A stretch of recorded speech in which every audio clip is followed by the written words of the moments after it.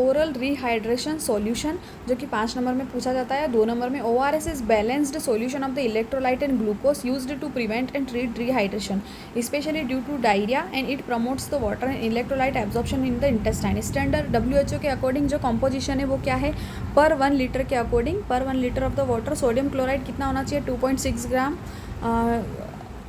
Glucose कितना होना चाहिए, 13.5 ग्राम, पोटेशियम क्लोराइड होना चाहिए KCl 1.5 gram, tri sodium citrate dihydrate 2.9 gram and total osmolality 245 milli osmo per litre देखने को मिलेगा। The reduced osmolality ORS recommend by the WHO improve the absorption and reduce stool output.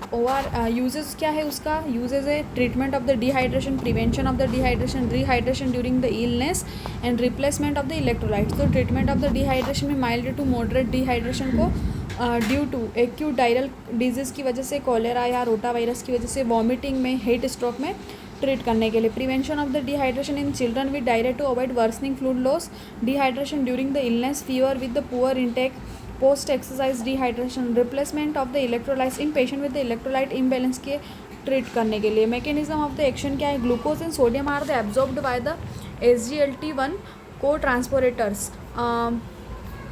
co-transporters in the intestine. Water follows the osmotic gradient and restoring hydration.